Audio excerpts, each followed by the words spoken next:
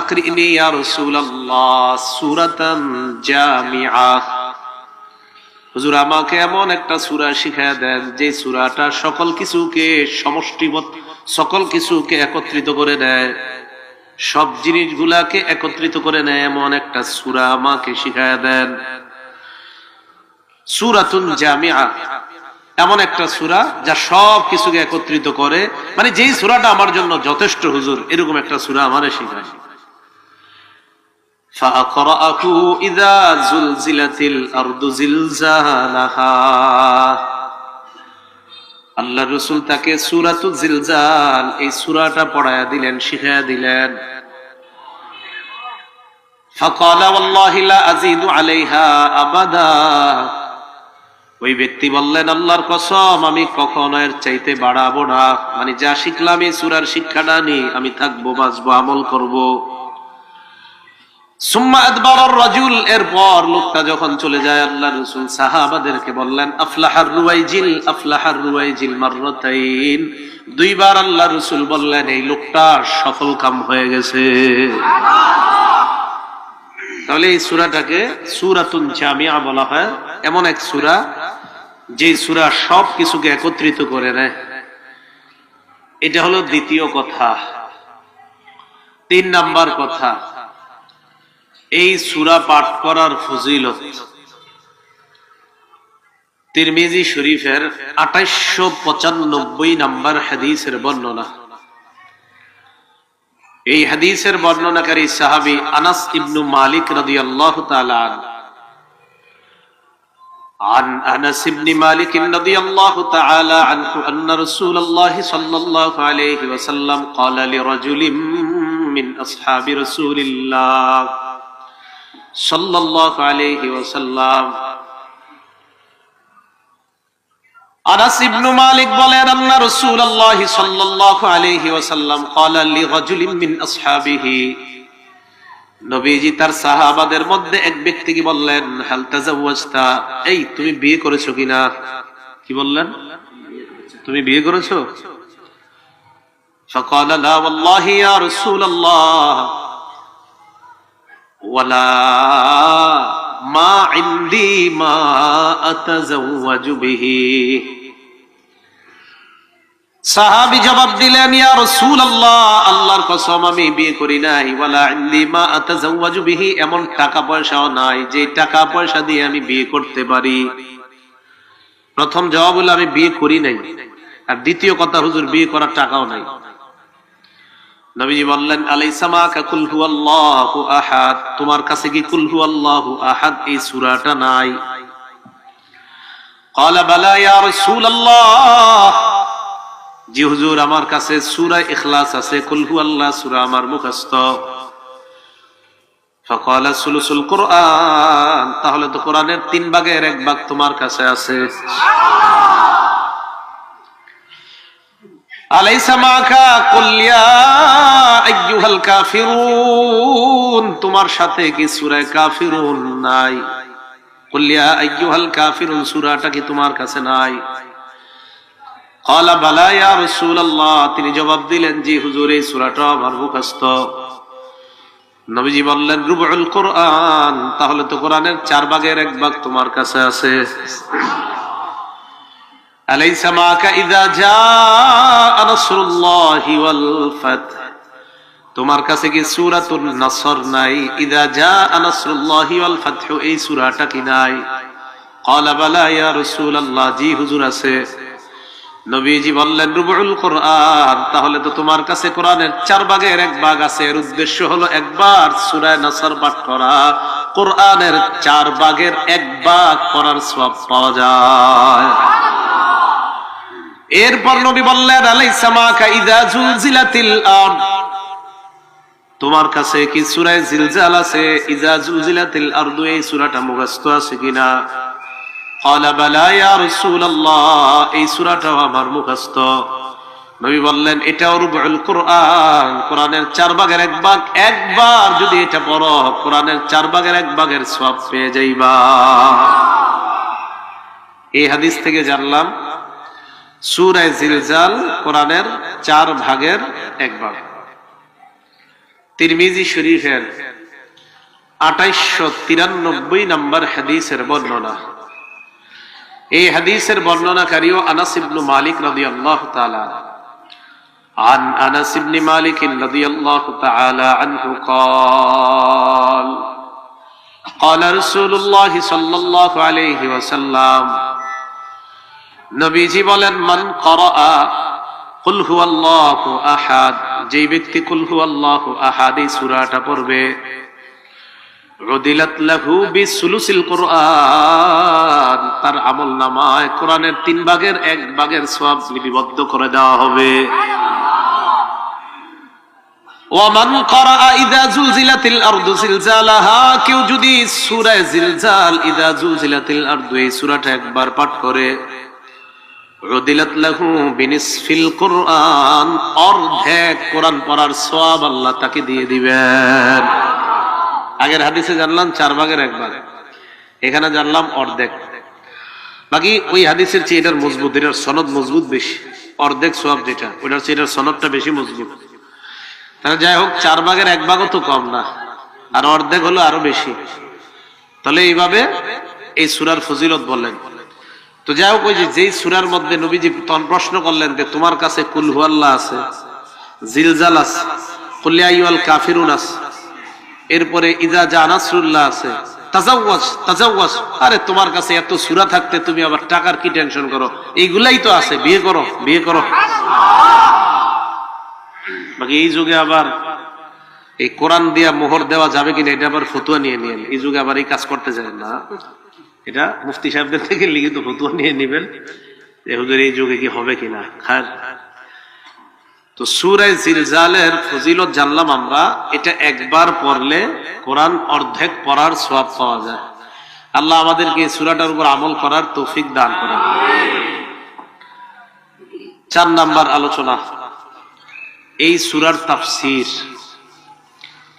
আয়াতের দিকে আমরা যাই। আল্লাহ পাক রব্বুল আলামিন বলেন ইযা জুলজিলাতিল আরদু জিলজালাহা,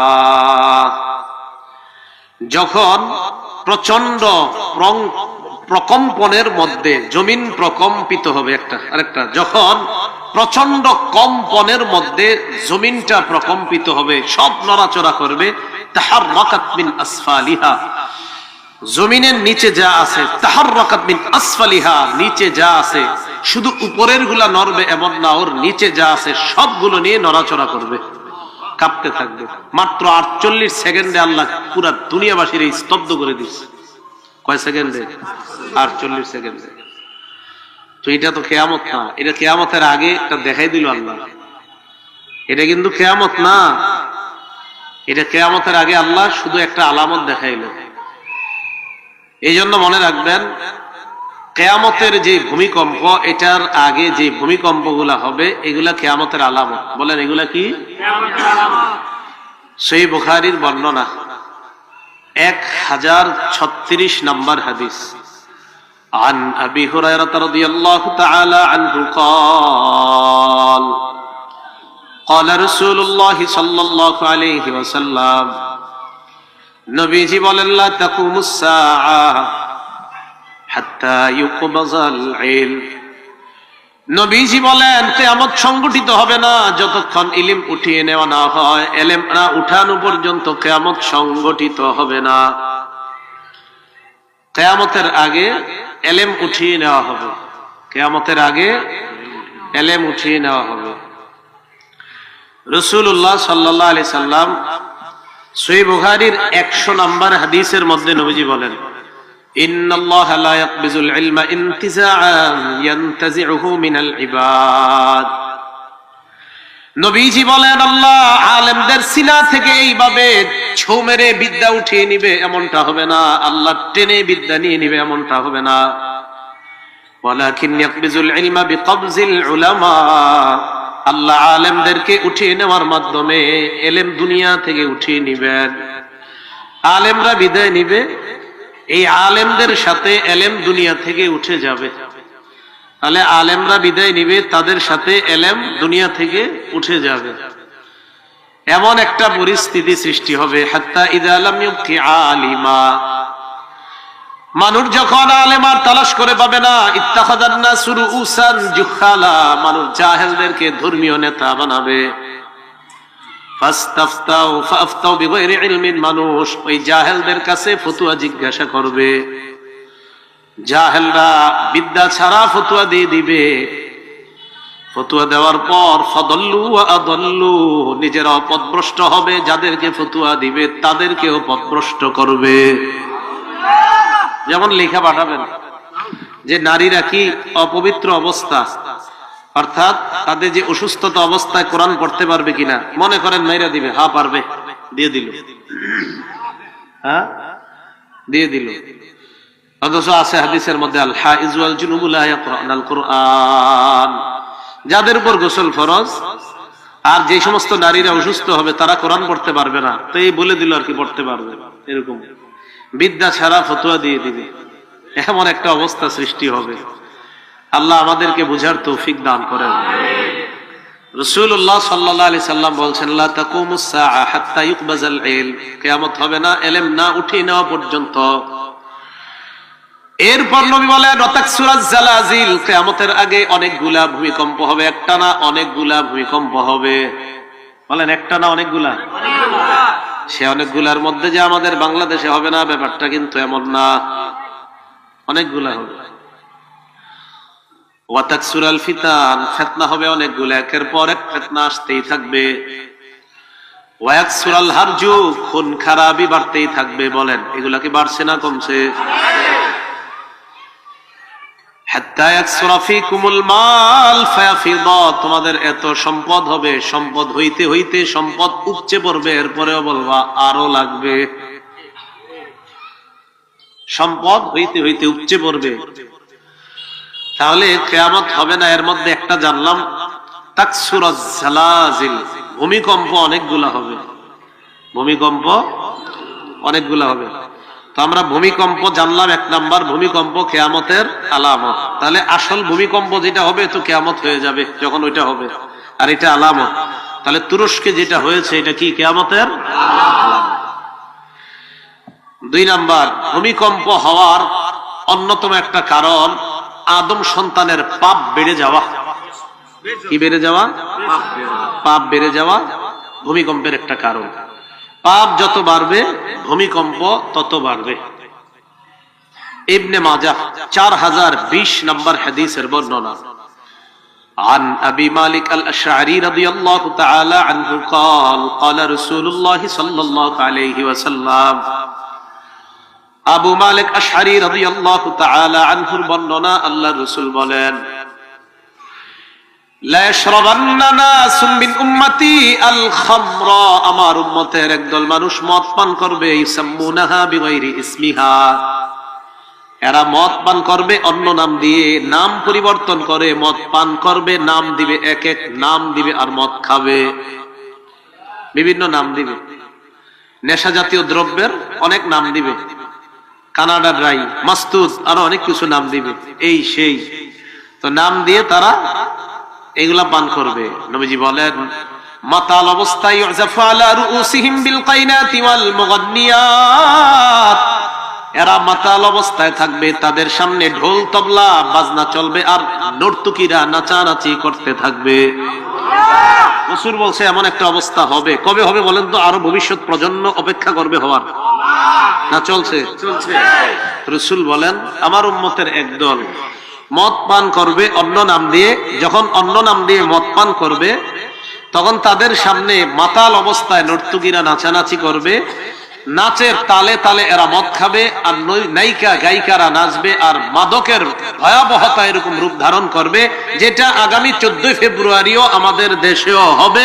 লজ্জা শরম যাদের আছে তারা এই 14 ফেব্রুয়ারি পালন করবে না। যদি লজ্জা শরম না থাকে, ভূমিকম্প থেকে যদি শিক্ষা না নেয়, তাহলে কি করা? পাপ বাড়বে, ভূমিকম্প আসবে। পরে রাসূল কি বলে দেখেন, নবীজি বলেন, এমন অবস্থা যখন হবে, ফায়াখসিফাল্লাহু বিহিমুল আরদ, এমন অবস্থা হবে এক পর্যায়ে তাদের পাপের মাত্রা এত বাড়বে, ইয়াখসিফুল্লাহু বিহিমুল আরদ, আল্লাহ তাদেরকে জমিনের মধ্যে ধসিয়ে দিবেন। ধসাইছেন জমিনে, জমিনে ধসিয়ে দিবেন। চোখের পানি রাখতে পারবেন না। কি দৃশ্য! যখন এই দৃশ্যগুলা দেখি আমারও অনেক কিছু বলতে মন চায়, জানি বললে অনেক ট্যাগ লাগবে আমার গায়ে, তাই বলি না। না না, এইখানে না, এটা অন্য ব্যাপার আর কি। এটা বললে আরে আপনারা কি বলবেন, আমার সমজাতীয়রা আমাকে ফতুয়ায় জড়িত করে ফেলবে যখন বলবো এটা নিয়ে। বলবে তুরস্ক নিয়ে তুমি কথা বললা, সাহস কত বড়, এরকম বলে ফেলতে পারে। তুরস্কের ইতিহাস পড়েন, পড়লে সব বুঝবেন। আল্লাহ পাক রব্বুল আলামিন জমিনের নিচে এদেরকে ধসিয়ে দিবে। আল্লাহ বলছেন, রসুল বলছেন জমিনে, এটা তুরস্ক হোক আর যে দেশ হোক, কথা হলো অপরাধ বাড়বে। তো হতে পারে ওই দেশের অপরাধ বাড়ার কারণে আল্লাহ পাক রব্বুল আলামিন তাদেরকে জমিনের নিচে ধসিয়ে দিবে। ভূমিকম্পের মাধ্যমে পুরা এমন অবস্থা হবে, বিল্ডিং পড়বে, ওই বিল্ডিং সহ আপনি যে মাটির কত নিচে চলে যাবেন নিজেও জানবেন। মাটির কত নিচে এক একজন আছে, হদিস নাই, তালাশ করেই পাচ্ছে না। আর কি হতে পারে, ওয়াজআল মিনহুমুল কিরাদাতা ওয়াল খানাজির, কাউরে আল্লাহ বানর বানাবে আর কাউরে শূকর বানায় দিবে অপরাধের কারণে। ভাই অপরাধ ছেড়ে দেন, আসেন সবাই ভালো হয়ে যায়। এই দেশটা রক্ষার জন্য সবাই ভালো হয়ে যায়, তাহলে দেশটা বেঁচে যাবে, এই দেশকে আল্লাহ হেফাজত করবে। তাহলে যে অপরাধের কথা রাসূল বললেন ভূমিকম্প হওয়ার, এই অপরাধটা কি আমাদের দেশে হবে না চলছে? এই জন্য ভাই উচিত আপনি আপনার বন্ধুকে দাওয়াত দেন যে দেখো 14 ফেব্রুয়ারিকে কেন্দ্র করে এমন অপরাধ করবা না যে অপরাধে আল্লাহ তোমার উপর নারাজ হয়ে আমাদের দেশের নিরপরাধ মানুষগুলাকে আল্লাহ ভূমিকম্প দেয়। এই জাতীয় অপরাধ তোমরা করবা না, তোমাদের কারণে নিরপরাধ মানুষগুলা যেন ভূমিকম্পের নিচে না পড়ে। আল্লাহ আমাদের সকলকে হেফাজত করুন। আমিন।